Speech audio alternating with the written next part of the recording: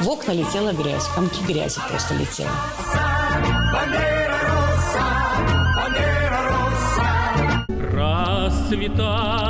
O vaikus tai slėpė, aš kokius 3 kartus, žmona ir vaikus.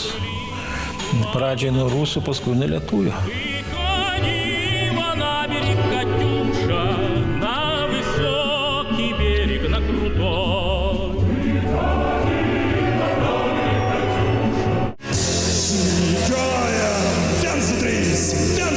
Ir išdavysčių nebuvo. Spoliratų paviršiau. Kiek liko? Ten su trys. Nu neleido Lenino mums nukelti. Nebuvo kraujo, nesusidūrėm. Mes tada pasakėm, palaukit, mes palaikyt. Pakentėsim, tegu stovi tas Leninas. Atleis laikas, mes jį nukelsim. Atėjo laikas, nukėlėm Leniną.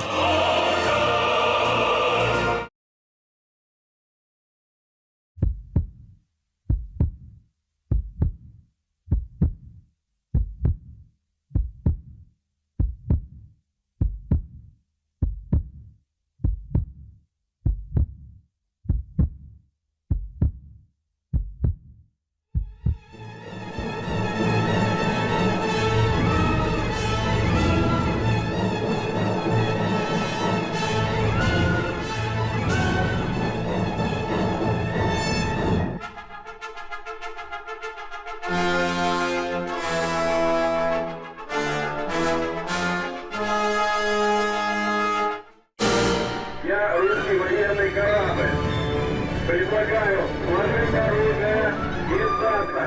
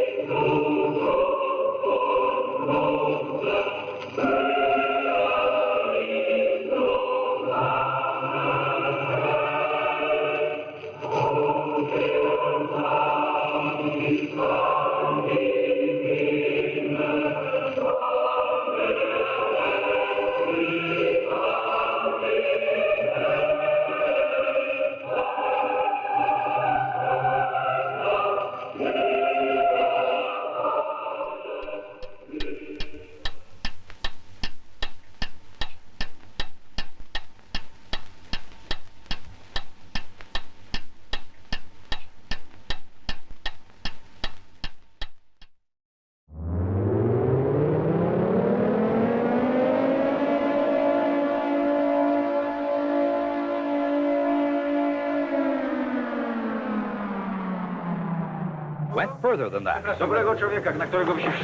The meeting was good, Wałęsa says. Jaruzelski approved the concept.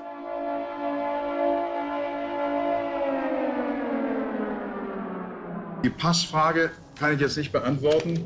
Das ist auch eine technische Frage. Ich weiß ja nicht, die Testpässe müssen ja, also damit jeder im Besitz eines Passes überhaupt erstmal ausgegeben werden. Wir wollten aber sicherlich inhaltliche Aussage.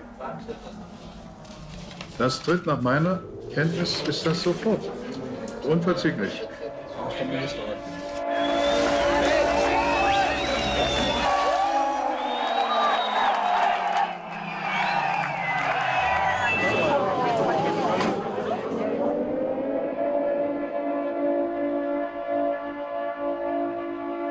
Coalition ready and willing to employ all means necessary.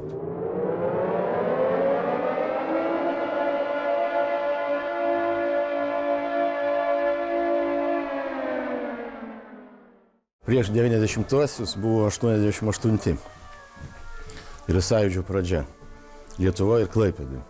Pradžiai jis vadinasi persitvarkymo sąjūdis, tarsi toj Gorbačiovo perestroikės kontekste, bet labai greit paaiškėjo realūs ir tikri sąjūdžio tikslai, tai būtent nepriklausomybės siekimas. Tai buvo įvardinta būtent 1988 metais. Klaipėdoje, mūsų teatre, Klaipėdos muzikiniam teatre buvo surengta didelė konferencija. Toje konferencijoje mūsų choras, aš drįstu teikti, kad mes ar ne pirmieji, ar bent vieni pirmųjų sugiedojom tautišką giesmę. Suprantat, visam tam vis dar Sovietijos kalėjimo kontekste tai buvo labai tokios labai smagios, labai džiugios permainos. Tai было laisvėjimo прадžа. Вот 90-м годам предшествовали 80-е. И почему я об этом говорю? Потому что это было время уже такого явного застоя. Это было время большой такой идеологизации страны. А в конце 80-х уже был тотальный такой дефицит, да? И многие уже хотели перемен. И в России, и в Литве. И мы все в том числе, не то чтобы мы были готовы что-то менять в государстве, но как-то уже устали от той жизни. Хотя это годы моей молодости, и я много плюсов вижу в той прошлой своей жизни. Ну и поэтому, когда началась борьба за независимость Литвы, многие русские отнеслись к этому очень даже положительно. И смотрели, как это все будет происходить, какая наша роль в этом, какое участие возможно.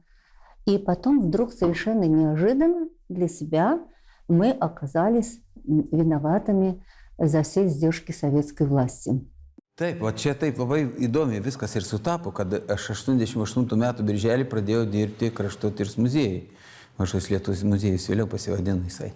Ir tuo metu kaip tik prasidėjo atgimimas. Nu ir prasidėjus atgimimui, aš atsimenu, kai buvo paskelbti Molotovo-Ribbentropo pakto, visi tie protokolai, tai čia buvo bombos sprogimui prilygų. Visi suprato, kad čia mumis apgaudinėjo, kad čia mes buvom parduoti ir dabar suprato, kad lietuvių tauta suprato, kad gali pradėti reikalauti teisėtai laisvės. Tai, kad Lietuva yra okupuota, žinojau nuo 3-4 metų. Vykdydami darbininkų valstiečių valią, delegatai priėmė istorinį nutarimą. Lietuva paskelbta tarybinė respublika. Priimta ir pasirašyta deklaracija apie Lietuvos įstojimą į Tarybų sąjungos sudėtį. Seimo atstovų sprendimui pritarė visa Lietuva. Ir čia, prie teatro rūmų, ir už 10-100 kilometrų. Sąjūdis prasidėjo po to, kai glasnost viešumą Gorbačiovas paskelbė, taip? Ir telecentre buvo, mes ten visi buvom antitarybiniai, išskyrus ten rusų kompaniją, reiškia, o ten visi buvo tokie lietuviški, prolietuviški, taip pasakykime, telecentre. Dirbo labai geras kolektyvas. Ta pirmoji diena man įsiminė visam gyvenimui su mano pažiūromis. Su tuo, kad aš visą laiką gaudau užsienio stotis, dabar mane pasodino ir tu trukdyk. Na tai buvo kažkas tai tokio, bet tame kažkas tai tokio buvo ir didelis romantikos aspektas, kad aš atsidūriau slaptame objekte. My colleague in exile from Czechoslovakia. The news in Hungarian. Trukdymo režimai buvo du. Tai buvo radio Majak ir triukšmų generatorius. Triukšmų generatorių jūs 1000 kartų girdėjote tais laikais, ar ne? Bet buvo dar kita forma. Tai buvo uždengdavos moduliacija radio stotimi Majak. Externe Statelor Unite, Marii Britanii și Uniunii Sovietice își vor continua convorbirile la New York în cursul acestei săptămâni. Dragi slušalci, and Bulgarian. Each of us reads material prepared by our own national news desk. Да, вот так кончалась эта война. В песнях и тяжелых раздумьях о пережитом последними предстояло выйти из Афганистана самым опытным, самым закаленным воином. Per Lietuvą vingiam roko maršas, per Lietuvą, Kaušpėdą. Ir ten tūkstančiai jaunuoliai eidavo, ten 12-10 tūkstančių. Kiek tilpdavo vasaros estradą, tiek ten žmonių būdavo. Mes ateina maršas roko maršas į Klaipėdą, mes sakom, žinom ką, mes pasikvieskim Kaušpėdą ir su jo pakalbėsim, kad mes galėsim, kada bus jau vasaros estradoj koncertas roko maršo, ir tada jis mums suteiks mikrofoną, duos į rankas ir mes paskelbsim, kai jau Klaipėdoje įkuriamas Молодые должны sąjūdis. держаться вместе. Они должны бороться за свою родину. Поет литовская группа «Антис». Meilės vaistas mano grandas. Žygiuoja ten su trys, vandens poliratų paviršiau. Kiek liko, ten su trys, negalvojam, nes kelią pamiršti. Keistoka mūsų kariuomenė, be ginklų ir vien tik jaunuomenė. Ką dabar darysim, galvoju? Tai mes žinom, kad bus masė žmonių, o milicijos dar daugiau. Ką darysim? Visus plakatus, viską, toj knygoje yra, čia kieme, pasidarysim ir iš mūsų kiemą, toj skersgatviais keliausim pro jūreivystės mokyklą ir nueisim iki miškų, iki vasaros estradas. Taigi čia susirinkom plakatus, vėliaus ir pajudėjom. Ten kiek mūsų gal buvo, virš 10 žmonių, kol nuėjom iki estrados, masė iš paskos vilkus jau, visa eilė žmonių prie mūsų. Ir mes tai skersgatviais ateinam prie tų dispenserių. Milicijos pilna. Nei čia, nei ant Girulių, niekur praeiti mes negalim. Galvojam, atraukim, pabandom. Ir mes, pro tos milicininkus į centrinį, nieks nieko nesako mums, į centrinį gatvę ir išeinam jau į link vasaros estrados. O vasaros estrada pilna žmonių, netelpa jau. Ir mes išžygiuojam, o viešpatie, kas tada darė? Klyksmas, nes nešam trispalvį, tuos plakatus turėjom mes, kiek mes jų turėjom, 3 su Gedemino stulpais žygiuojam. Ten mažas kaimelis drebėjo nuo šauksmų, tas jaunimas, įsivaizduoja, ten kokį 12 000. Ir mes aplinkoje tą estradą viduje apėjom, išdidžiai priejom prie vakarų pusės, ten sustatėm tos plakatus, vėliavą ir ateina iš estai. Irgi ateina su savo vėliavu, vėl didžiulis audros šūksmai, viskas tvarkoja. Aš išėjau, o tada buvo labai skaudi tema, kad neimtų mūsų tų jaunuolių į rusų kariuomenę. O tada man buvo tai jau pati dirva. Sako, o jūs norite tarnauti sovietinėje armijoje? Ne, vėl. Kai tas visas kaimelis dreba tokie šūksniai.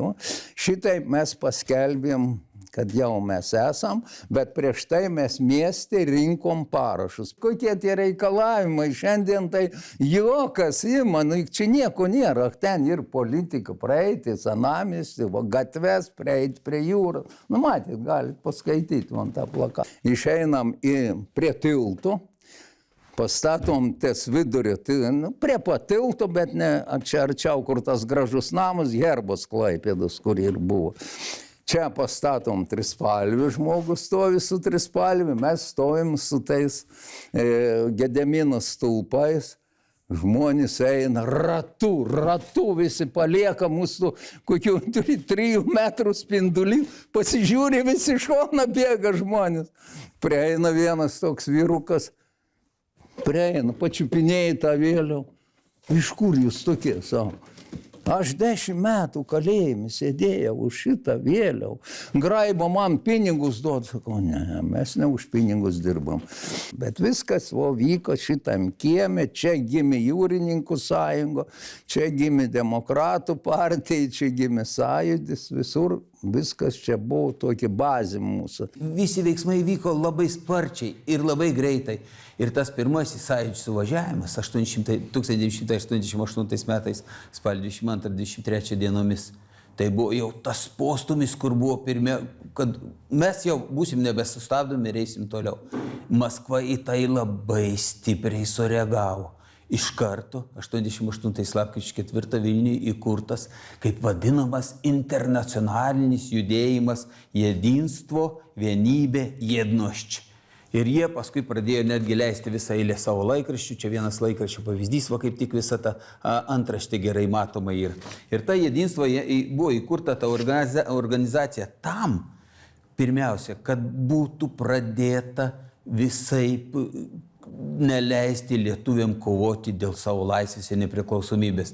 Нас сделали как бы здесь чуть-чуть крайними, потому что на политическом таком уровне, на уровне пропаганды появился этот термин «пятая колонна», «засилье русского языка», и, конечно, это вызывало напряжение.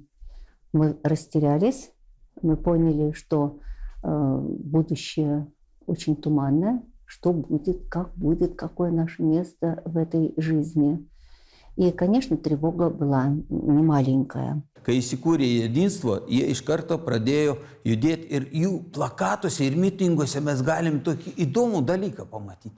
Visur užrašyta už lygias teises, už tai, kad lygiai kalbėti, ko jūs lietuviai judinat čia tą visą mutinį darot, kaip sako negražiai.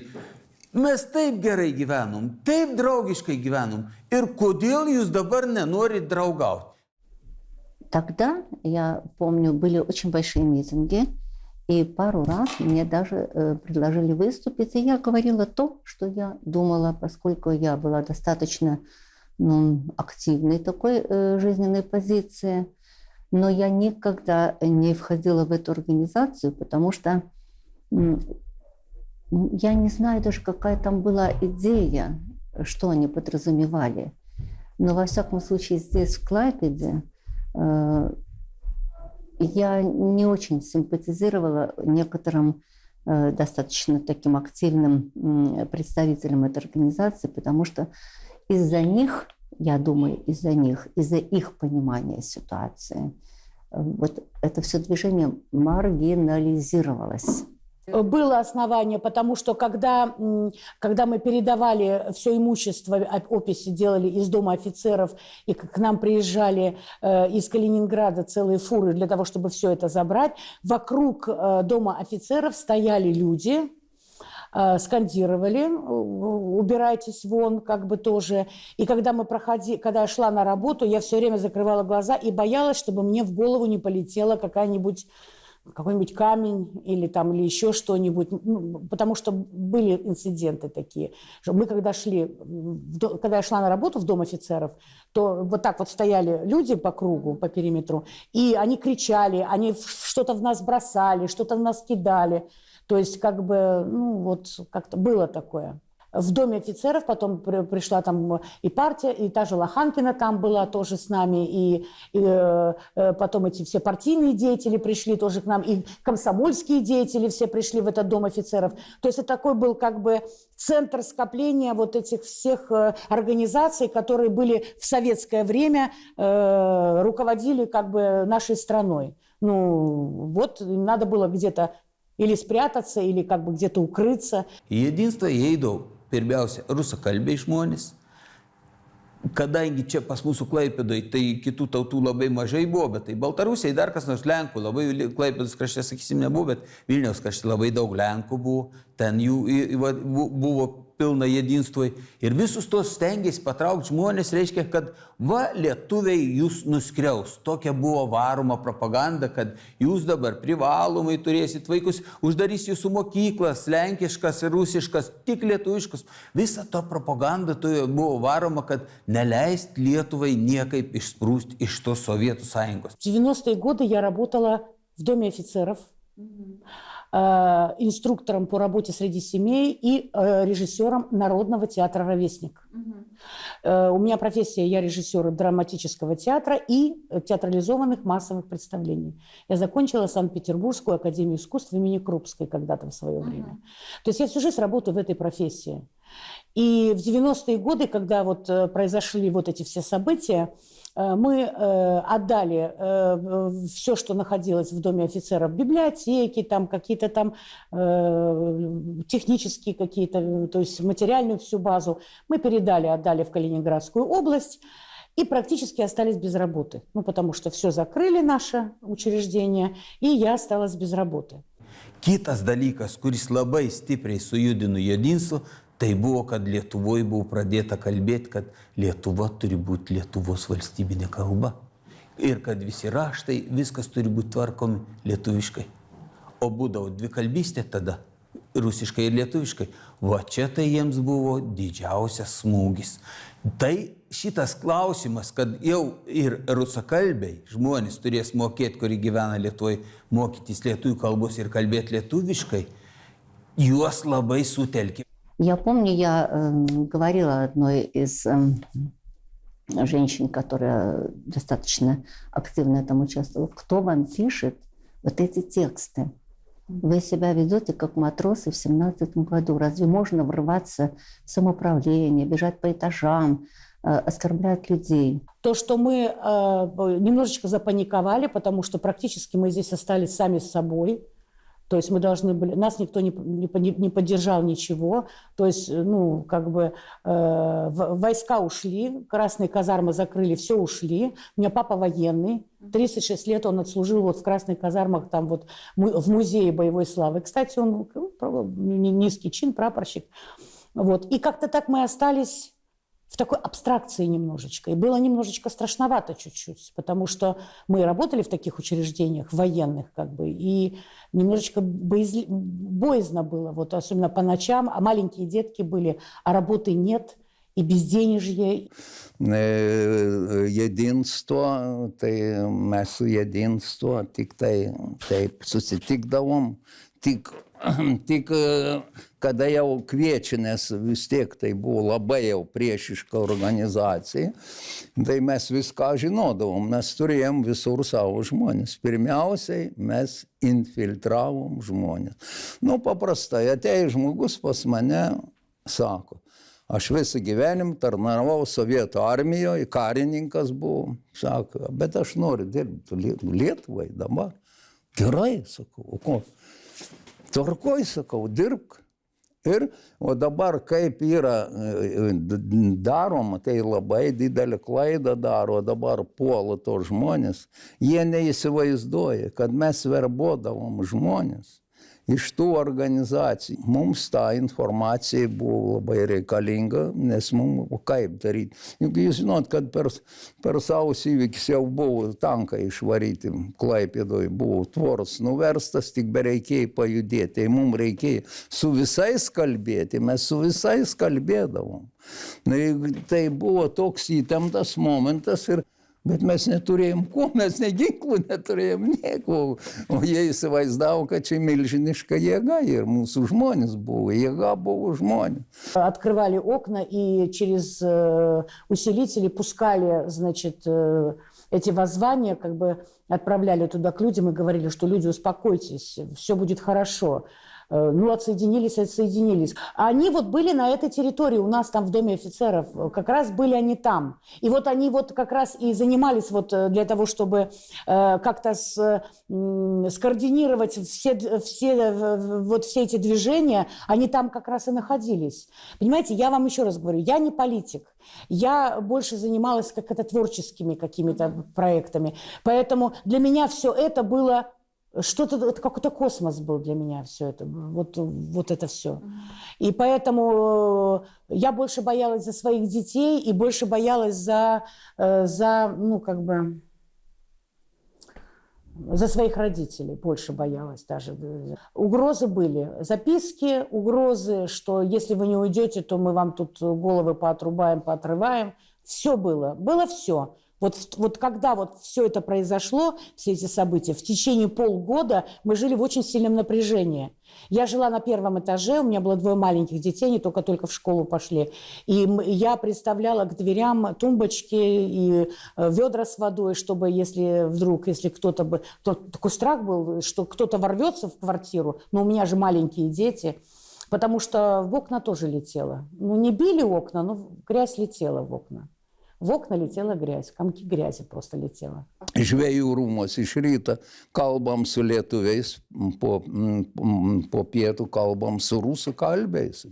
Mitinguose jau aš kiek eidavom, kadangi aš buvau deputatas, įlįsdavau į visas gamyklas, įeiti turėdavau. Tai laivų statykloj, tai čia bazė pagrindinė buvo, laivų statykla. Ten buvo Jedinstos lizdas pagrindinis, iš čia visai prasidėjo, nes jie buvo nusiteikę labai grėsmingai prieš mumis. Mūsų tikslas buvo kalbėti labai aštriai, faktais, kad žmonės nebijotų. O tada žmonės buvo labai bauginti, labai bijojo, o mums reikėjo tą baimę išvaryti, kad žmonės atėjo. Ir buvo svarbiausia įkalti žmonėms, kad nebijotų. Ateidavo tremtiniai, vaikų neatsivesdavo. Šiandien turim tą, ką turim, todėl kad ta buvo paleista didžiulį progą. Niekados tremtiniai patys mes iškentėjom, mes nenorim, kad mūsų vaikai kentėtų. Ir nebebuvo tęstinumo. Ir šiandien mes atidūrėm šitokioj situacijai, kad jau, arba išgyvensim, čia bus matyti. Čia Liepų gatvėje tų jedinstvenikų prisirinko vidimo nevydimo, kaip rusai sako, su vėliavom, su šūkiais, su riksniais, su agresija. Ten nuvertė operatorių ant bokštelio žmogus buvo. Reiškia, jie ten agresyviai. Aš išėjau, deputatinis ženkliukas, išėjau ir žiūriu, agresyvė Rusija tokia, senyva, bet kokia agresyvi. Aš prie jos priėjau ir sakau, rusiškai aišku, sakau, jūs nebijokite. Ir taip vos atatupsta nuo manęs. Juk sakau, jūs viską darote iš baimės. Bet sakau, jums reikia žinoti, kad Lietuvoje pogromų nebūna. Jų nėra buvę pogromų. Ji buvo laiminga, kai aš jai šitokius žodžius pasakiau. Na ir po to sekančiojo mitingo nebeįvyko iš viso. Jie norėjo ten prie Lenino dar vieną mitingą daryti, nesusirinko žmonės. Inteligentai, tie žmonės, kurie suprato, kad jeigu jie gyvens laisvoj valstybei, kad ir būdami rusų tautos arba kitos tautos žmonės, jiems atsivers neribotus galimybės laisvė veikti. O tie, kurie nenorėjo, kurie žmonės ir išsilavinimo mažesnį turėjo, ir viską, ir kurie šventai tikėjo tą sovietinę propagandą, tai va tie ir pasidavė, tie ir buvo tos, juos dažniausiai, netgi tos žmonės, pirmiausia, va dėl to tas ir valstybinės kalbos įvedimas, jiems ta buvo baimė, kaip aš dabar mokysiuos lietuvių kalbos, visą amžių nesimokiau, kaip dabar reikės mokytis, reikės viską. O paskui prasidėjo propaganda, kad, va, kaip ir minėjau, mokyklas uždarys, kad jūs negalėsit nieko daryti, jūs busit pavergti ir taip toliau. Patys kaip darė, tai va taip sovietų propaganda taip ir ant kitų pylė tą tokį purvą. Sąjūdis kilo ir pasirodė lietuviška spauda ir viskas. Vėliau Jedinstva pamatė, kad reikia ir jiems turėti savo spaudos. Buvo įkurtas, kaip aš rodžiau, tas bendras laikraštis ir dar kiekvienus rytis atskirai kūrė. Vėliau, ypač kai buvo blokada, popieriaus nebuvo. Jedinstva turėjo laikraščius ir labai didelius. Pavyzdžiui, Tarybų Lietuva buvo tokiu dideliu formato kaip valstiečių laikraštis, kad Sovietų sąjungos laikais, jeigu ką žino, atsimena, toks labai didelį formatą. Jiem popieriaus turėjo, jie visko užteko, jiem buvo. Va, ir ta kariuomenė, ir tai kariuomeniai, visom tom ginkluotom pajėgom, Jedinstvo buvo reikalinga tam, kad jie užsiimtų provokacijų, kad jie kaip nors kiršintų tos lietuvius, kad lietuviai neiškentėję galbūt duotų atgal. O tada, jeigu prasideda tik tai duok Dieve kraujo praleimas, iškart įsikiša kariuomenė, o kur įsikiša kariuomenė, tad jau didelė jėga nevaldoma, su jie jau sunkiai pakariauti. tie įvykiai, kurie vyko Sovietų Sąjungoje, Gruzijoje, Azerbaidžiane, kur žmonės kastuvėliais buvo kapojami, šitokio dalyko buvo norima padaryti ir Lietuvoje.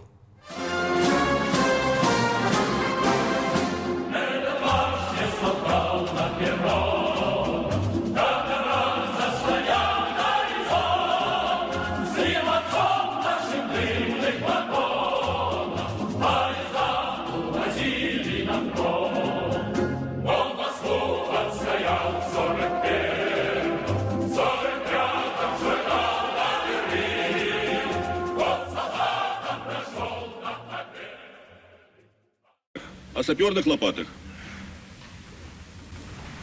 Кое-кто держал в руке саперную лопату, потому что солдату надо было чем-то защищаться. Дальше. Те, кто сейчас после трагедии говорят о мирном характере митинга, забывают, что над центральным проспектом города день и ночь раздавались гнусные призывы к физической расправе с коммунистами, разжигались антирусские и националистические настроения, лозунги. Зачитываю лозунги, самые распространенные по всему городу и особенно в районе Дома правительства, в том числе на английском языке. «Долой русский коммунизм», «Русские захватчики долой из Грузии», «Долой прогнившую русскую империю», «Долой коммунистический режим», «СССР тюрьма народов». И осталась крайняя мера – принять силу. Prie jedinstros labai stipriai prisidėjo kariuomenė. Tačiau kariuomenė rodė, kad jie prie jedinstros nepriklauso. Ten tik tai karo veteranai aktyviai dalyvaudavo. Kariuomenė kaip karinis dalinys, viskas buvo kitas. Bet jeigu tik jedinstvo kur nors daro mitingą, atvažiuoja kariškiai, atveža didelis mašinus garsintuvus, kad mitingą įgarsinti. Jeigu buvo vasaros estradai, sakysim, atveža netgi tas vadinamas, atvažiuoja tokie autofurgonai, kur maistą pardavinėja, kad žmonės eitų ten gėrimus visokius, viską. Lietuviai labai santūrus išlaikyti žmonės. Niekaip nepasidavė tom provokacijom. Jie prisistatė man iškart, gal kokią 4 dieną, kaip išrinko miesto tarybos pirmininku, aš dar tik Liepo gatvėje turėjau kabinetą, jie ir prisistatė, ten atėjo. Nieko, normalų žmonės, pulkininkai. Aš nebejojau tų kariškių, nes aš buvau atpylęs karinę tarnybą kariniam jūrų laivyne ir buvau matęs tų karininkų visokiose situacijose, bet tai aš jau tikrai nebejojau, aš su jais mokėjau bendrauti, kalbėti, man jie nedarė tos žvaigždžiutės jokio įspūdžio. Na ir jie tą suprato, kad su manim galima kalbėti. Kad aš nesu kažkoks tai skrajojantis padangėm, o realiai žiūriu į situaciją ir bandau rasti kokį tai racionalų sprendimą. Jie paprašė susitikimo. Tai sakau, darom susitikimą, ateikit jūsų ten visą, kas tik norit. Pas mane aš jau tada turėjau čia ofisą, dabar ten prokuratūra, čia Vilties gatvė šalia. Nu ir jie susirinko, atėjo žvaigždės blizga, kiek ten tilpų net stovėjo, pakalbėti. Nu ir priekį sėdėjo toks jūreivėlis, vyresnysis leitenantas. Jis tiek karščiai puolė mane, paisto kažkokias jau tos įsikirėjusius niekolas apie partijos ir liaudės vienybę, apie ten tarybinės kariuomenės paskirtį ginti viso pasaulio tautas nuo imperializmo. Aš buvau praradęs kantrybę, sakau, klausyk, lietuviškai pasakysiu, klausyk, leitenantė, sakau, pažiūrėk, tau už nugaros pulkininkai sėdė, sakau, ko tu čia draskaisi, žinai. Pasirodo, lietuvis buvo. Tas leitenantėlis, bet tie karšus, nu ir tada prasidėjo normalus pokalbis. Normalus ta prasme, kad pasirodo, kad tie pulkininkai ir majorai, jie visiškai nenori kariauti. Juos domina, kas bus, reiškia, ar kaip gausit nepriklausomybę, ar jūs jau, tai mes tą nepriklausomybę dar buvome paskelbę, bet kaip realizuosim, ar jų neišvysim lauk iš Lietuvos, ar duosim būtą, ar jie gaus pensijas. Ar vaikai, reiškia, galės lankyti mokyklas ir taip toliau, ir taip toliau. Reiškia, pasirodo, kad žmonės, nors ir su antpečiais, bet jie nenori karo ir jokių ten revoliucijų, jie nori ramiai, gražiai gyventi. Tai aš tada supratau, kad ten pas juos situacija nėra tokia, kaip paišo politiniai vadai ir garnizono vadas, su kuriais aš visą laiką bendraudavau. Tai taip jau sutapo, turbūt tie, kurie buvo aktyvūs, tai jie buvo vėliami į įvairias, sakykime, tas situacijas. Tai aš tuo momentu mano pagrindinė darbovietė buvo kaip tik šiose patalpose Klaipėdos pedagoginės mokyklos ir dėstytojas buvau. Tuo pačiu buvau ankstyvą pavasarį išrinktas Lietuvos persitvarkymo sąjūdžio Klaipėdos miesto tarybos pirmininku. Reikėjo sąjūdį atstovauti, o 90 metais buvo susikūrusi mūsų savanorių jau pajėgos. Mes irgi buvome krašto apsaugos savanorių, dalyvavau Lietuvos kariuomenės kūrimo procese ir susiklostė tokia situacija, kad nuo 90 metų rugsėjo mėnesio buvau pakviestas ir pradėjau dirbti valstybės saugumo departamente specialistu. Tuo momentu dar ir buvo ir kariuomenė, ir ta situacija tokia palanki, tai mes visi buvom įdarbinti ir dirbome ne savo pavardėmis. Reiškia, mūsų oficialūs dokumentai buvo taip, bet visur kitur mes jau ir savo pranešimus ir taip toliau turėjom slapyvardžius šiek tiek prisiderinę prie kaip mes juokaujame, prie 23 metų sukilėlių. Reiškia, pas mus ir budrys buvo, ir bajoras buvo, ir visi kiti. Nepasakyčiau, kad absoliuti dauguma, bet dauguma rusakalbių, jie buvo miesto patriotais. Miesto patriotais, tie pakalbė, sak, niekur mes neįsime, niekur nedarysime, nes čia nekovos, aš kaip sąjūdžio pirmininkas, kaip buvau, 90 visą kitą, taip tekdavo kalbėti, niekur mes neįsime, čia norime gyventi, čia mums yra gerai, čia mūsų tėvai palaidoti, seneliai čia yra visa kita, taip toliau, mūsų pragyvenimo lygis, sako, kas čia mūsų tenai Sovietų sąjungoje laukia. Badas, sako, ir išdraskyta valstybė, sako, čia mes turime komfortą, suprantat, ir aš manau, kad jie saugojo tą komfortą. Čia su ta spauda buvo taip įdomiai. Tuo laiku prasidėjo ir sąjūdžio spauda. Ir sąjūdžio spauda būdavo platinama per sąjūdžio būstinės, tenai buvo atvežama ir kioskose būdavo. Tai įsivaizduojat, yra tekę stovėti prie kiosko visą valandą. Laukia, kol atveš, kad nupirkti tuos laikraščius, nes tai buvo pirmieji numeriai, unikalūs numeriai. O jedinstvo spauda, jinai nebuvo platinama niekur, nepriimdavo nieks jos į tos kioskus. Tai jinai būdavo platinama jų suvažiavimuose, jų susirinkimuose įvairiuose ir paskui atsirado vėliau be spaudos dar, ypač po 90 metų kovo 11, kai mes paskelbėm nepriklausomybę, atsirado ypač daug lapelių, propagandinių, provokacinių lapelių, kur buvo, reiškia, kad raginama neiti į balsavimus, nebalsuoti, nerinkti valdžios, neklausyti Landsbergio ir jo klikos, kaip jie vadino vis. Bet vėliau Klaipėda 90 metais atsisakė to pavadinimų tarybinė Klaipėda, paliko Klaipėdą. Ir tada jedinsvininkai pabandė tokį fokusą padaryti. Jie pradėjo savo leisti laikraštį, kurį pavadino rusiškai Sovietskąją Klaipėdą. Ir va toks Sovietskąją Klaipėdą numerį 1 turiu. Ir dabar, kai tik pradėjo tą Sovietskąją Klaipėdą Klaipėdoje platinti, Klaipėdos laikraščio redakcija iš karto pakėlė vajų. Jūs negalit naudoti šito pavadinimo, nes tai yra Klaipėdos firminis pavadinimas buvęs. Ir jūs neturite teisės, nes mes tada paduosime teismą, mokėsit baudas. Tai tada jie paėmė, kai kurios numeris vadino tik tai. Klaipėda vėl negali vadinti, nes jau laikraštis Klaipėda ir Klaipėda Sovietskąją pradėjo vadinti. Bet šitas laikraštis Klaipėda Sovietskąją labai trumpai ėjo praktiškai. Čia Šaulių gatvėje buvo karininkų namai, kol mūsų kultūros salė dabar.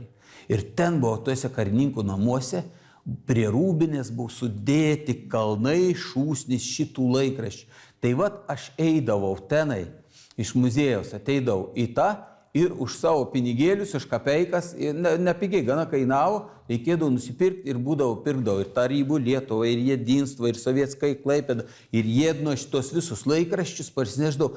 Ir tos moterys rūbiniai, kurios ten būdavo, tokiom apvaliom akim žiūri į mane, jos žinodavo, kad aš ateidavau, net įsisegė sąjūdiečių trispalvių ženkliuką kažkokį, ar ką, tuo laiku atributika buvo labai populiari, tarp lietuvių ypač. Ir jo žiūrėdavo, kaip tas žmogus perka ir kam jam reikia tai jų spauda. O aš pirkau, nes reikėjo palikti istorijai. Albinas Stubra, kadangi jis, galima sakyti, tuo laiko tarp atgimimo vienu iš metraštininkų, visus įvykius stengiasi fiksuoti. Kas vyko Sąjūdy ir mūsų pilnas trispalvės iškelimas ant muzikinio teatro ir visi kiti įvykiai ir Sąjūdžių būstinė nueidavo, paveiksluodavo. Tačiau jis taip pat suprato, kad reikia užfiksuoti ir antrą pusę ir parodyti, kaip mūsų priešai veikia. Nepriklausomybės priešai aš turiu omeny. Nu ir jisai eidavo net ir į tuos jedinstvos mitingus. Aš rinkdavau ne tik Sąjūdžio plakatus, bet ir jedinstvos plakatus. Nes ir juos reikėjo parodyti. Kas buvo, kas yra, nes mes turime žinoti, kas buvo ta istorija, nes ta istorija kartojasi.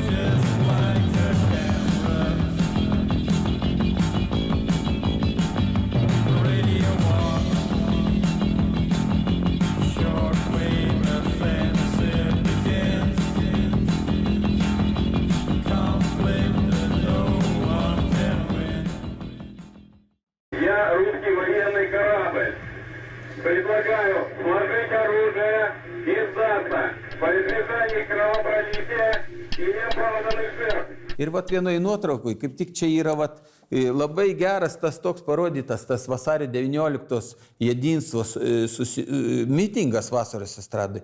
Ir kaip paradoksas, kaip jūs ir esate atkreipę dėmesį, virš jų galvų vytis iškeltas. O tai visi mūsų tokie simboliai, kurie badė ne vieną kartą jiems akis. Žurnalistai ėjo, o žmonės neėjo tenai, kad nebūtų provokacijų, kad nebūtų susidūrimų. Pamenat, balandžio mėnesį 90-ųjų, reiškia, sovietai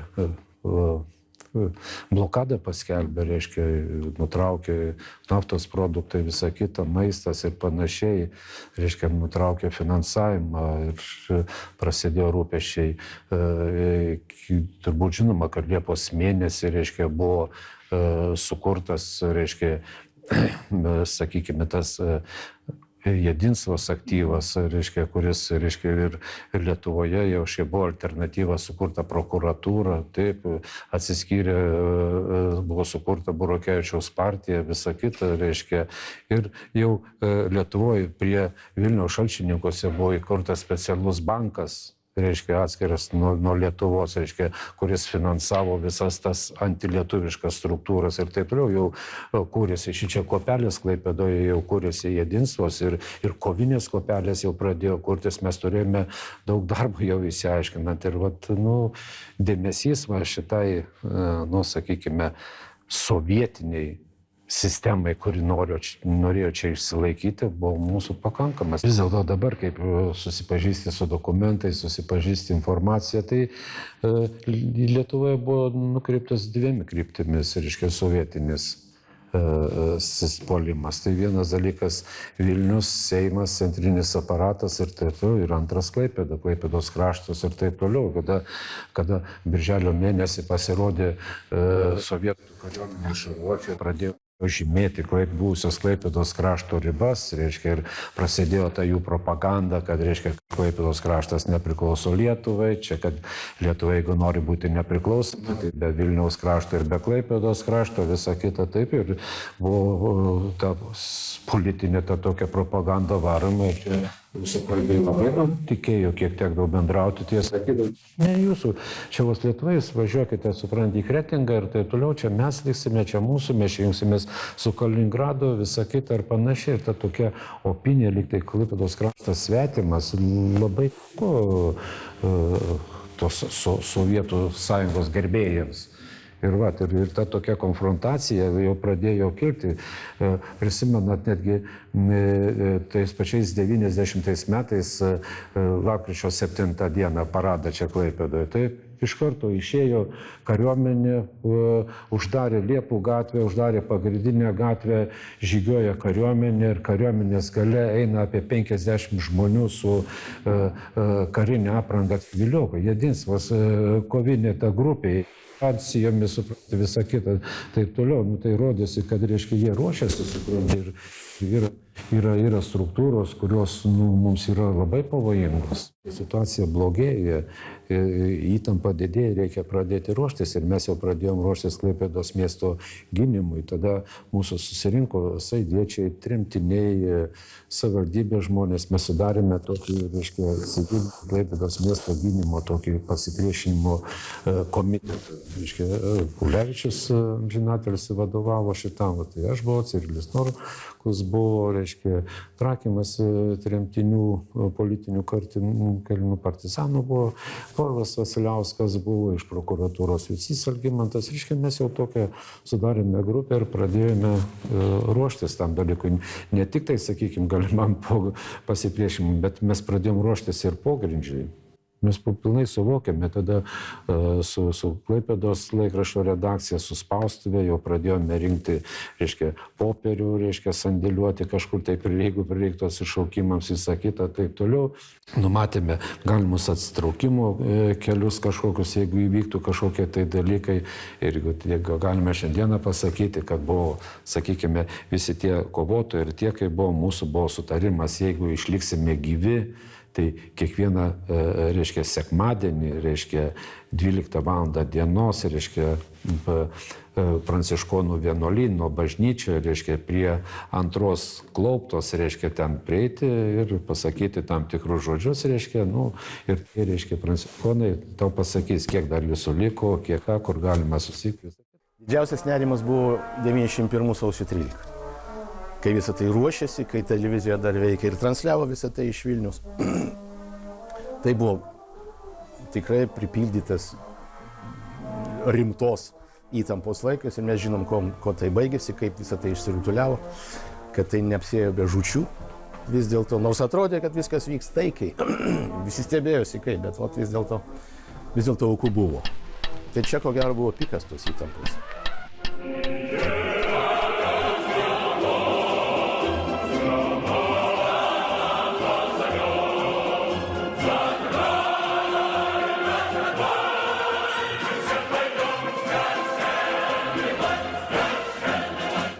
Niekas nenorėjo mirti, jeigu taip pasiruošę buvo, bet nenorėjo.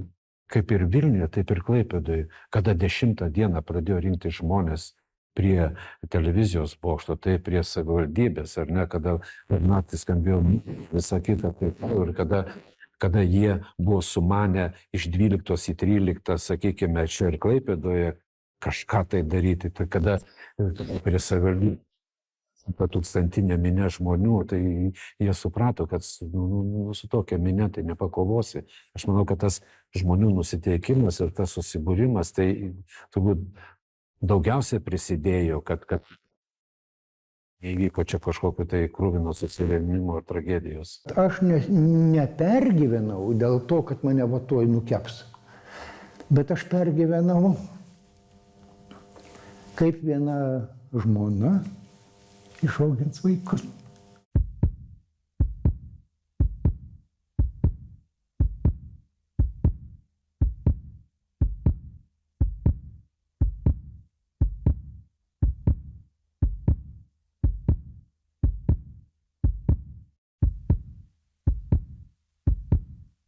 Va, ir kai jau viskas, Bučelytės paskutiniai žodžiai tenais buvo, kad pas mus jau ateina, mes tekini prie radijo siųstuvų, reikia ten per radijo dar kažkas tai muzika, kažko tai groja, mes viską iš karto atjungėm ir išėjome tiesiogiai į eterį. Gal aš padariau negerai, kad nepasitariau nei su Kepute, nei su kuo kitu, kad aš kviečiu žmonės saugoti objektus. Žinote, aš tik atsimenu tiek, kad iškviečiau saugoti konkrečius objektus. buvo pranešta, reiškia, mūsų į Klaipėdą, kad vienintelis čekiškas siųstuvas, kuris gali atgaivinti Lietuvos televizijos darbą, yra Klaipėdos televizijos bokštai. Va. Nu ir tai žinojo visi, tiek priešai, tiek draugai. Ir pati idėja kilo ne man. Pati idėja, jau minėtam Šarkai Vytautui, kilo pati idėja. Jis mane atvedė ir sako, Aleksai, juk jeigu tą nuvežtumėm į Vilnių, tai parlamente turėtų televiziją savo. Reiškia, aš iš karto pritariau, pasikvietėme Grublį, kad trumpam užvažiuotų, paaiškinom jam idėją ir sakau, organizuok. Mudu su Šarka dar niekada gyvenime nebuvome taip greitai dirbę su atsuktuvais ir raktais. Va. Ir tik parašėm raštelį, aprašėm, koks kabelis ir kokia jungtis antenai pajungti, nes ten tos kabelio antenos nenuimsi, ten jau turi vietiniai radiotechnikai, tai yra Vilniaus telecentro inžinieriai turi tą padaryti, nu ten porą valandų darbo, ten nedaug darbo. Supakavo, sudėliojo visą kitą, tai turim galvom, reikia išvežti Vilnių. Vilnius užblokuotas, tankėtėmis visą kitą, galvom, kaip čia sugalvoti. Tai man kilo mintis, pasinaudojam greitai medicininė pagalba. Medicinos tai nestabdys. Kariuomenė nesustabdė, reiškia, ir mes normaliai atvežėme, reiškia, atvežėme prie Seimo, išrašėm mum leidimus, įnešėme tą ir vicepirmininkui Kazimierui Motiekai, reiškia, mes atidavėme, reiškia, šitą, jie priėmė, padėkojo mums už atliktą darbą. Ir po 2 dienų pradėjo veikti Lietuvos televizija iš Seimo. Beje, mes iš karto Skainius pradėjome transliuoti Klaipėdoje šitą 8 kanalo. Kai ten dingo, tada atvežė kasetę su Čiapo kreipimusi, mes ją praleidom ir sukomatavom iš karto Skainius. Ir Dautaras epizodiškai vertė, ką jie šneka. Ir išdavysčių nebuvo. Kas mane labai nustebino, aš galvojau, kad yra čia Lietuvoje daug prosovietinių tokių, kad tenais daug agentūros, viską. Tai buvo ar nebuvo agentai, visi mobilizavosi lietuviai. Visokias paleidžia antis, nu Gargždų važiuoja tankai, supranta, nesąmonė, tie tankai nevažiuoja, kaip žmonėm perduot, kai jie nevažiuoja, supranta, buvo tie žmonė, kurie skleidė, reiškia, ten prie Girulių įsilaipino, reiškia, laivai atplaukė išlaipino, reiškia, kariuomenė ten nuo Girulių, nesąmonės, nėra, mūsų žmonės to būna, atbėga čia į Sąjūdžio būstinę, atbėga savivaldybę, tankai pareina, nuo Gargždų, jokie tankai neisi, niekada nebuvo, supranta, tokias įtampas, kaip žmonės nuraminti, kaip perduoti ten, kad jūs nepergyvenkit, visokį. Turbūt sunkiausias darbas buvo panika tą nuraminti. Mūsiškai tai ginklus irgi turėjome mes. Ir ginklų, ir granatų turėjome viską, kauname su tą ir pagrindinis toks taškas buvo, kaip mes vadiname mirtininkai savivaldybės patalpose, kur buvo užsidarę tie jau jie būtų pasilikę iki galo, būtų, kaip sakant. Neįvyko tas, bet mes turėjome tų scenarijų trejetą, pagrindinių tos 3 turėjome prieš jedinsvininkus ir civilius, reiškia, prieš kariškius, reiškia, neginkluotas pasipriešinimas. Ir 3 dalykas, kada jie peržengė ribas, tada mes irgi peržengėme ribas. Aš nuvažiavau pas juos ten, į tą štabą, sakau, ką jūs ruošiatės daryti, žinai. Jie sako, žinoma, laukiam nurodymų. Tai klausiau, jeigu bus nurodymas pult, ką žmonės aplink sustoja, minios, reiškia, išėję gatves, laužai dega, užsibarikadavę, barikados, mašinos stovi. Nu tai vienas ten, tasai Jegorovas, politinis vadas jau ten didžiausias, sako, mes kareiviai, mes privalėsim vykdyti įsakymą. Bet sako, jūs kariuomenė skirta ne su civiliais kariautų tėvynę ginti. Jūs neturi teisės, sako, kaip tai atrodys, jūs ką, prieš savus, jeigu jūs laikot, kad mes jau čia tarybiniai žmonės esam. Savus reiškia šaudysit. Trauko pečiais. Tai jie sutiko susitikti pas tą pulkininką, milicijos, Narmontą. Atėjo abu, Jegorovas, politinis vadas ir garnizono vadas, Černych. Tai aš pasikviečiau rusų popą. Jis buvo Burausovas jo pavardė, o religijų atėts Antonijai. Nu, atsisėdam. Na, tas popas ir davė jiems, kalbos iki šiol prisimenu. Žinau, su tokiu popišku to balsu, kaip rusų tie popai. Людей не шалейте, как вам не стыдно, народ хочет быть свободным. Tai tie tik tai kepurės nusiėmė, tik prakaitą braukė. Vienu žodžiu, mes ten pasidėjom, popas jiems atskaitė pamokslą ir jie išėjo. O tas popas mums labai padėjo. Geras žmogus buvo, jis toks šiuolaikiškas. Ir tas labai padėjo, nes, sakykime, bažnyčia, tada jau kaip pradėjo pulti visi į tą bažnyčią, jis tokius ten pamokslus jiems sakydavo ir jis didelę dalį rusiškai kalbančių žmonių nukreipė, kaip sakant, į mūsų pusę. Tai kaip tas mitingas buvo sausio 13, 14, kitą dieną jau po to traiškimo. Jis buvo teatro aikštėje. Aš ten įvedžiau, vėl sukviečiau ne kokius nors politikierius, kurie ten būtų. Susirinko tokia aikštė pilna, kad yra stubros nuotrauka, kad, reiškia, žmonės net gatvelėse šoninėse kaupėsi. Tai ir kalbėjo tautinių mažumų atstovų, ukrainiečių, žydų, rusų, baltarusų, gudų. Ir, kaip sakant, jie sako, mes neleisime, normalės tuo metu standartinės kalbas, kad būkim vieningi, nesipykim, eikim už tai, kad baigtųsi šitą diktatūrą. Tai taip pakėlė dvasią tada. Aš netikiu, suprantat, tai reiškia, kad rusakalbis kaimynas, matydamas, kad pusę namo išėjo prie savivaldybės, jisai eis į kitą pusę tenais savo kaimynos griaus. Jie turbūt irgi matė mūsų bendruomenės susitelkimą. Jie turbūt stebėjosi ir minčių jiem nekilo. Atėjo su manim atsisveikinti, jie vėl buvo atėjo, tas Jegorovas ir tas, mes pakalbėjom, žinai, taip, kaip sakant, jie sakė, tu tikriausiai ant mūsų nepyksti, nieko blogo nepadarėm čia mes, sako, mūsų toks darbas buvo, nu, sakau, nu, ką darysi, mano toks, jūsų toks. Na ir atsisveikinant, tas Jegorovas sako, tu nieko nematai, jokių pasikeitimų. Sakau, matom, sako, didžiausi pasikeitimai, žmonės laisvesnį pasidarė, bet ne, sako, pažiūrėk, aš žiūriu, kad tas Černych generolas jau, čia su tais lampastais. Turėjau aš pistoletą visą laiką su savim, nešiodavausi, kuris man nuolatos per kelnes iškrisdavo. Buvau kelis kart pametęs, bet dėkui Dievui sėkmingai mašinai pasirodo iškrito. Nu tai aš jo taip ir nevaliau, nežinau, ar jis būtų šovęs iš vis. Bet dėkui Dievui šaut man neteko, nei karto. O vaikus tai slėpė aš kokius 3 kartus, žmoną ir vaikus. Pradžiai nuo rusų, paskui nuo lietuvių. Nu taip, kas buvo skausmingiausia.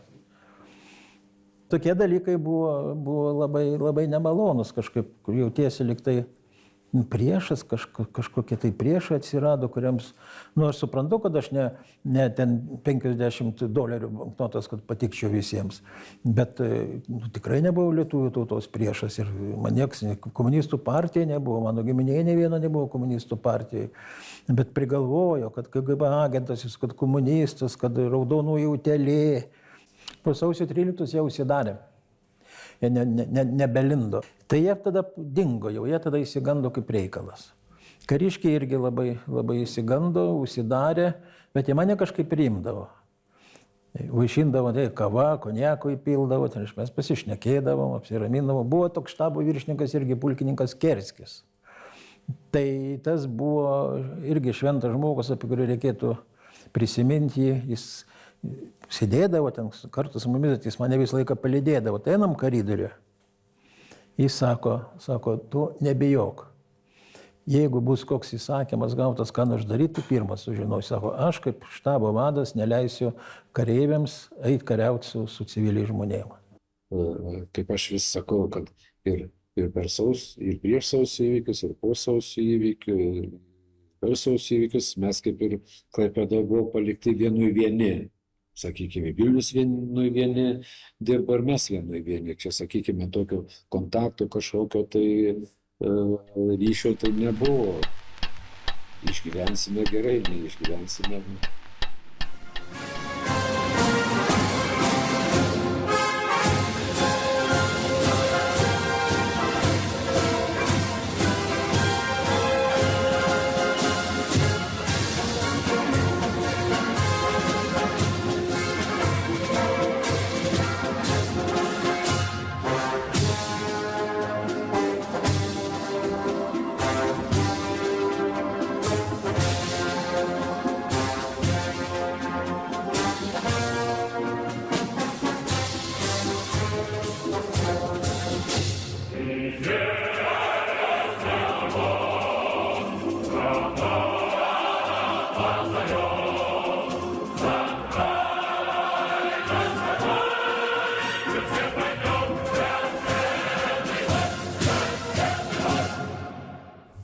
po pučio rugpjūčio pučio, reiškia, pasibaigė pučas 24 dieną, Cirilis Norkus su karinė apranga, aš su karinė apranga, supranti, tiesiai ateinam į divizijos štabą.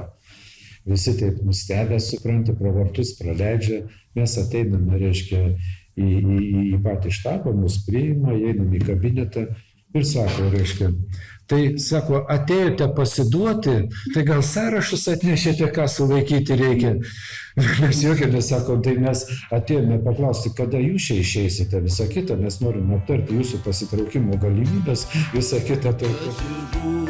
Смотрю в чужое небо из чужого окна и не вижу ни одной знакомой звезды. Я ходил по всем дорогам и туда, и сюда, обернулся и... Butkevičius, reiškia, krašto apsaugos ministras, būdavo kiekvieną dieną informuodamas, kokia situacija yra. Telefonu? Telefonu. Į atvirą? Ką čia slėpsi, supranti. Tai situacija visi, tai nesakydavo, kur ten mūsų pajėgos ir ką paveikė, bet ramu situacija, tiek žmonių būti, tiek yra, situacija kontroliuojama, ten kariškiai ramus yra, visą kitą, ar ten išvažiavo tanketės, ar buvo išėję patruliuoti, reiškia, sovietiniai kariai gatvės, ar nebuvo išėję patruliuoti, visą kitą. Kada prasidėjo tos dėrybos dėl kariuomenės išvedimo, sakykime, mes pradėjome jau tada visas dėmesys buvo sutelktas į kariuomenės kontrolę. Mes, sakykime, kiekvieną savaitę skaičiuojame, reiškia, tokių žvalgybiniai dalykai, žinai, pagal gali nuspręsti, jeigu tenai priklauso, reiškia, kepaliukas duonos 3 kareiviams norma para yra, tai ryte pasižiūrė, supranti, Klaipėdos duonos kombinatą, kiek kariškiai paėmė duonos kepaliukų. Ar paėmė tiek duonos kepaliukų, reiškia, kariuomenės tiek žmonių yra, reiškia, paėmė mažiau, reiškia, reiškia, čia sumažėjo, kuris dalinys sumažėjo, reiškia, ir taip toliau, pagal duonos, reiškia, pagal kitų produktų, reiškia, atvežimą į karinį dalį, mes spręsdam, kokia yra situacija, kiek bene vienas iš pagrindinių momentų, reiškia, kad neįsivystė tokia konfrontacija ir kariuomenė nesukilo, tai, kad Lietuvos vyriausybė priėmė sprendimą, reiškia, kad kariškiams, reiškia, duoti šitas Vagnorkas. Reiškia, jie gaudavo lietuviškus pinigus, galėjo laisvai apsipirkti, gaudavo talonus ir dar vieną pasakė, reiškia, jūsų, reiškia, turimas gyvenamasis plotas, kaip ir visiems Lietuvos gyventojai, priklausomai jums, iš jūsų nebus nacionalizuojamas. Jūs galite jį parduoti, galite išnuomoti, atiduoti ir visą kitą. Ir tai nuramino, reiškia, jie tapo sotus, maitinti, reiškia, ir išsaugojo, sakykime, savo nekilnojamą turtą ir sukauptas santaupas, visą kitą ir panašiai. Ir tai nuramino kariuomenę, tai buvo didelis pasiekimas. Aš manau, kad šitas vyriausybės sprendimas labai pasitarнало mūsų valstybės стабилизму и saugojimui. Гражданство, полученное, сняло напряжение. Потом процесс приватизации шел очень активно, и кто более такой энергичный, те приобретали государственные предприятия, а люди приобретали все за ваучеры свое жилье. И здесь я тоже бы сказала, что русские не были дискриминированы, и получив паспорту еще крышу свою, гарантированную, что тебя никто не отберет жилье, тебе никто не скажет вон отсюда, это тоже в какой-то степени ситуацию сглаживало. В самом начале 90-х был принят закон о национальных меньшинствах. Это была уже юридическая база, которая гарантировала нам всем, что наши права будут защищены. Вот поэтому как бы там не было ностальгии по советскому прошлому, люди воспринимали и понимали, что не могут жить здесь. Могут жить, да, надо адаптироваться, да, это сложно. Да, для русских, которые, но все равно ощущение большой нации, оно дает какое-то вот на уровне генетическом таком. Для русских приспосабливаться сложнее. Но, тем не менее, процесс этот вот интеграции, он шел. В Клайпеде уже в 91-м примерно году была комиссия по делам национальных общин. Я помню, там был Витаутас Валявичус и Нijolė Laužikienė. И как раз вот эта комиссия, этими усилиями этой комиссии, мы, национальные общины, как-то немножко сблизились, мы встречались, мы общались, обсуждали, какое-то небольшое финансирование было. Это уже был такой позитивный тоже сигнал. Потом движение шло дальше, все получили литовское гражданство. Это сняло напряжение, в значительной степени. Люди поняли, что они остаются гражданами, они могут жить в этой стране.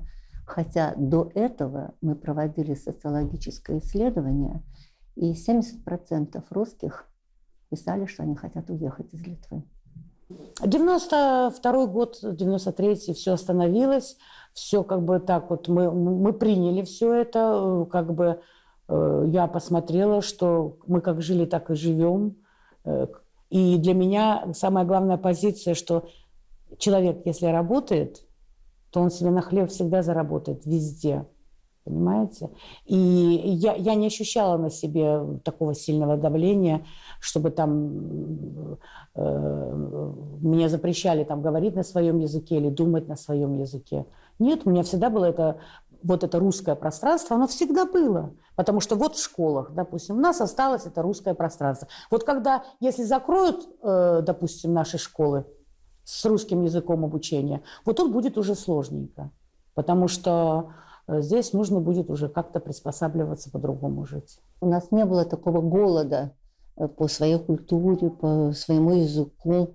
Может быть, это больше ощущали другие национальности, вот, которым важно было встречаться, общаться на своем белорусском, украинском или татарском языке. Русские в этом плане себя чувствовали достаточно свободно, потому что мы не испытывали дефицита такого в русском языке. Хотя на уровне политиков постоянно это звучало, что нужно как-то избавляться от засилья, от доминирования этого русского языка. Но в жизни, я вам скажу честно, у меня не было ни одного конфликта за всю свою жизнь. Вот на таком вот по национальному такому признаку. Я за эти годы независимости я сделала себе очень хорошую карьеру, вы знаете об этом. Я потрясающую карьеру себе сделала. То есть я стала председателем этой русской общины. Мы сделали сколько этих проектов. И «Снегурочка года», и «Масленицы», и 1 июня, и посвящение в первоклассники, и детские новогодние спектакли, и большие спектакли мы для взрослых людей делали. То есть я как творческий человек, я развиваю... Понимаете, если бы я уехала, допустим, жить в Германию, то там тоже есть русское пространство. И я тоже бы туда бы пришла и сказала, вот я обладаю, например, вот такими данными, вот я режиссер, я могу поставить там вот это, я могу для детей сделать вот это, я могу для взрослых сделать вот это. В любой стране, где бы я ни жила, я могу использовать свою профессию, потому что моя профессия – это как врач. Это как, я не знаю, как водитель, который сел за руль и поехал, понимаете? Так же и тут тоже. Поэтому... Когда мне говорят, почему ты не поехала жить там в Россию, в Питер или еще куда-то, я говорю, таких, как я там, очень много. А таких, как я здесь, не очень много. Их там по пальцам посчитать. И поэтому здесь у меня все в порядке. Как бы. Вот потом меня позвали в эту школу работать. И я прекрасно здесь себя чувствую как бы замечательно. Вот уже вот до пенсии доработала, поэтому как бы. Leninas buvo nukeltas po nepavykusio pučo 91 metais po rugpjūčio 21-osios. Paguldytas pas jūs muziejuje kiemelyje. Paguldytas pas mus muziejuje. Ir kas jam nutiko? Ir ten, jis tame muziejaus kiemelį, kai gulėjo, ten buvo bandoma iš jo visai pasityčioti, mes rasdavom rytais kartais ir jį apdergtą. Kažkas bandė net galvą su geležies pjūkleliu nupjauti. Tuo laiku buvo metalo ta krizė vadinama, visų žalvarį, visur imdavo, net ir skulptūrų parko, kai kurie paminklai buvo nuniokoti. Viską. Tai mes paskui tą Leniną įkišom į sandėlį, šiaip ne taip su kranu, su mašinų pagalba. Paskui atvažiavo vėliau Viktoras Malinauskas į Grūto parko įkūrėjas ir jis prašė, kad mes leistume įsivežti jam tą Leniną į Grūto parką. Ir dabar Grūto parke stovi Leninas. Tas Lenino nukelimas, pavyzdžiui, Vilniui buvo nukeltas tik tai po 91 metų. Kaunas kažkaip sugebėjo anksčiau nukelti Leniną. Ir mes pabandėm nukelti Leniną. O tada buvo įvykiai. Kai buvo paskelbtas spaudoj, kad bus, reiškia, taryba svarstys klausimą, kad nukelti Lenino paminklą prie Liepų gatvėje, prie tarybos pastato, iš pat ryto pradėjo rinkti, atvažiavo sunkvežimis didelis su dideliais garsiais garsintuvais ir pradėjo jį rinkti sėdinstvininkai.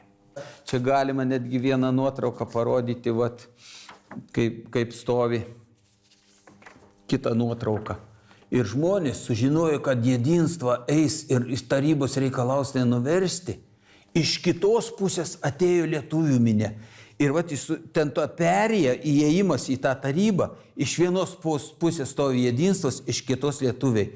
Ir mūsų policininkai stovi ir saugo žmonės, kad nebūtų tų susidūrimų. Ir įsivaizduojat, koks dalykas buvo. Vat ir aš tam pačiam mitingi, toj priešpriešoj stovėjau tenai.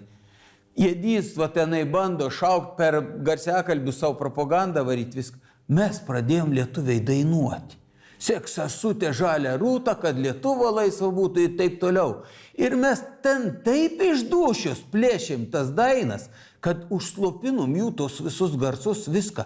Ir jokio susidūrimo buvo. Mes nešaukėm ant jų, mes dainas dainavom. O ta dainuojanti revoliucija, jinai turi nepaprastai didelę jėgą.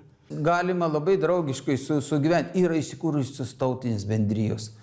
Ir aš pas juos einu net ir jie kviečia ir paskaitas skaitau, ir apie vasario 16, ir apie kovo 11, ir patys jie kviečiasi. Mes draugaujam, mes bendraujam, mes viskas yra tvarkoj, jeigu tu laisvas žmogus, nieks nesiekia viens kito pažeminti, ar kažkas vergas, kažkas ponas ar dar kanus. Kaip normalūs žmonės gyvenam. Yra normalus bendravimas, laisvų žmonių bendravimas. Ta jedinstvo buvo ir buvo reikalinga, kol lietuviai ėjo į laisvę. Kai 91 metais mes jau po sausio 13 išsikovojom laisvę, kai nepavyko pučas ir kai užsienio valstybės pradėjo pripažinti Lietuvą, jedinstvo tapo nereikalinga. Neleido Lenino mums nukelti. Nebuvo kraujo, nesusidūrėm.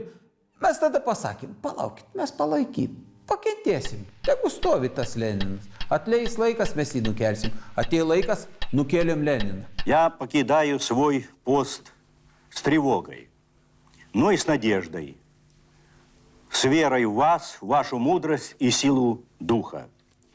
Мы наследники великой цивилизации, и сейчас от всех и каждого зависит, чтобы она возродилась к новой, современной и достойной жизни. Šiuo metu situacija yra tuo durna, kad kaimynė Rusija yra virtusi monstrų.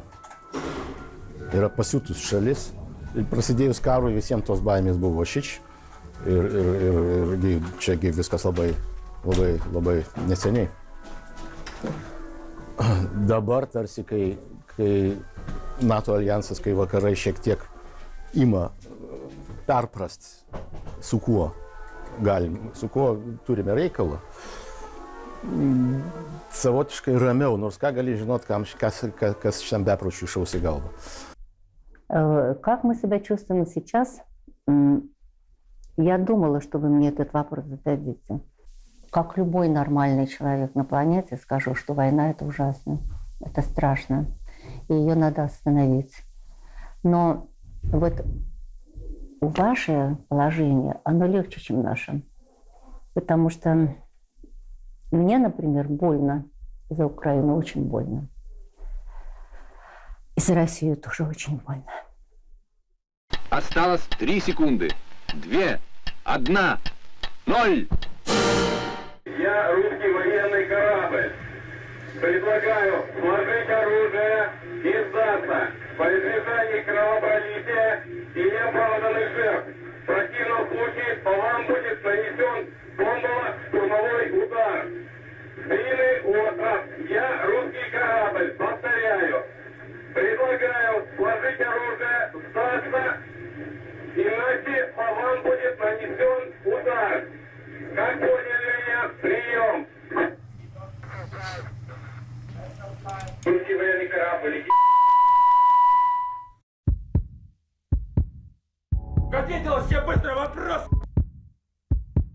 Пока я ботинок тебе не сел, как не ебал тебе по голове. А я тебе сейчас в голове, вот я что думаю. Ауч. Да, ауч. Боже! Да, вот, сейчас застрелю. Все. Чего меня пьете? Потому что я так захотел. Чего ты смотришь своими глазами? Ну-ка сел. Боже! Да, я зверь. Сколько дней я ищу. Я здесь владыка судеб, понимаешь? Нет, ты с него. Я владыка, я тебе говорю, становись в стене. Сколько Я сейчас тебя лет подниму. я Понимаешь, я жую применю к тебе вместо силу. хлеба. Ты хочешь этого? Нет, я этого не хочу. Сырую любовь. Закон. Нету законов здесь, закон только вот здесь. Сколько жизней в висок мне плюет вороненым стволом.